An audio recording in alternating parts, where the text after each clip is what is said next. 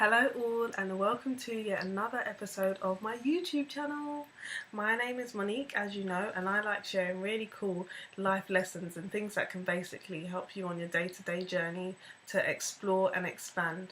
So I'm going to jump straight in, alright?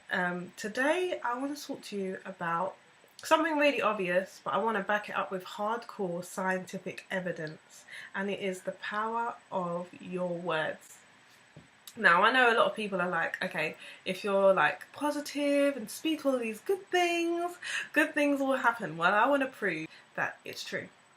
Okay, so my first example is this study that was done, and it was done by a doctor called Dr. Masaru Emoto, and he basically did a study on water, on the power of words on water. Basically, they spoke words to the water.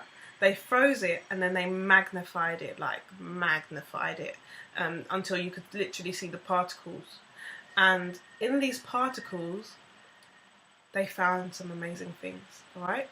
So when they spoke love, Mother Teresa, just great, beautiful words, they magnified it. The water formed these beautiful like shapes and symmetrical designs. And they basically looked like what would I call it? Like snowflakes, but they were obviously in the particles of the water. It was amazing. And then, in contrast, when they spoke words like hate, or Hitler, or evil, or devil, and they magnified the water, the particles were actually these disgusting, blobby things, like blobs, undescribable, undefinable blobs. They look disgusting. And bearing in mind, it still looks like water on the outside, but these are magnified to literally the particles of the water. And it's crazy because that means the water actually has memory. It means it remembered what someone said to it and then became that form and remembered that form until I guess it was changed with another word. So that was my first example to prove to you that words are powerful. And if you want to see the experiment for yourself, go onto my YouTube channel, and I think I uploaded it a few months ago and you'll see it there.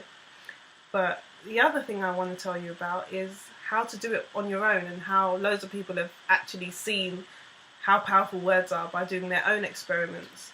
And one popular experiment has been the rice one, where they put rice in two identical containers. The rice comes out of the same pot, goes into the two containers, and to one container they speak like angry words of hate, and they speak like they're really angry when they speak to it.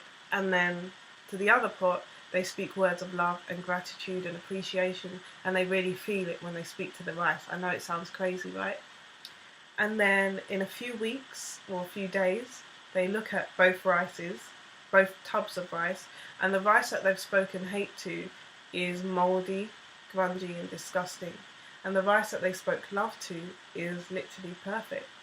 And it's crazy because, and you can go and Google it yourself, go and look on YouTube yourself, but it's crazy because words are powerful.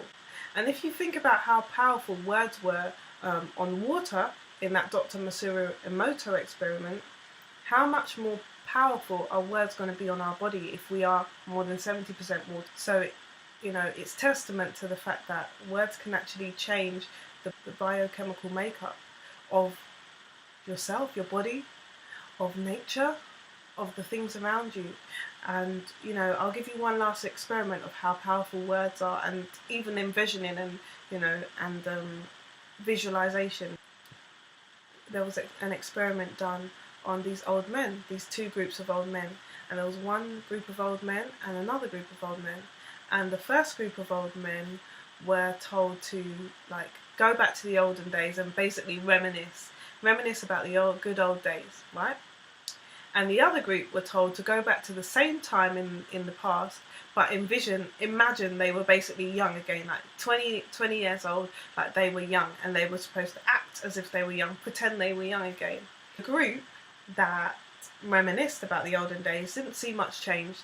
Nothing really changed. In contrast, the group that pretended they were younger and acted as if they were younger and envisioned they were younger and spoke as if they were younger, their hearing got better, their eyesight got better, their arthritis got better or went completely. They got faster, more agile, basically saw improvements as if they were aging backwards.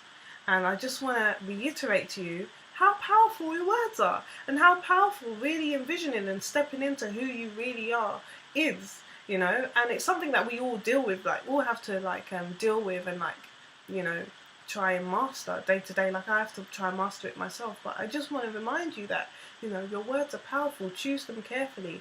If you find, obviously it's normal to, if you find a situation approaching or there in the moment, of course describe it as it is. If you're ill, you're ill, but choose your words carefully. Speak words of life and love over yourself and over those around, over the things around you, and over your business or over your job or career, and even over some of the people you dislike. And step into who you wish to be, just as those old men stepped into the 20-year-old versions of themselves. There's a Bible verse that says, "As a man thinketh, so is he." So as you think, be. So yeah, that's all I really wanted to tell you today. If you don't believe me, try the rice test yourself and tell me how you get on. But your words are powerful, and it's been scientifically proven. So utilize that scientific knowledge that I've just handed you, and go about your day and go about your week and your month, and make it great. Thank you for watching my video, and I'll see you next week. The videos come out every Wednesday now, and yeah, it's been a pleasure speaking with you.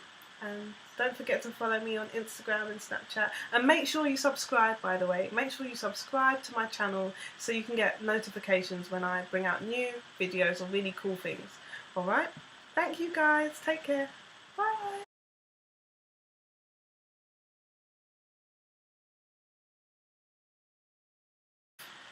Water is made of H2O, and part of that water is H2O, and part of that is 2 part hydrogen and 1 part oxygen, and there's oxygen in the air, or is it 1 part hydrogen and 2 part oxygen? Anyway, there's oxygen in the air.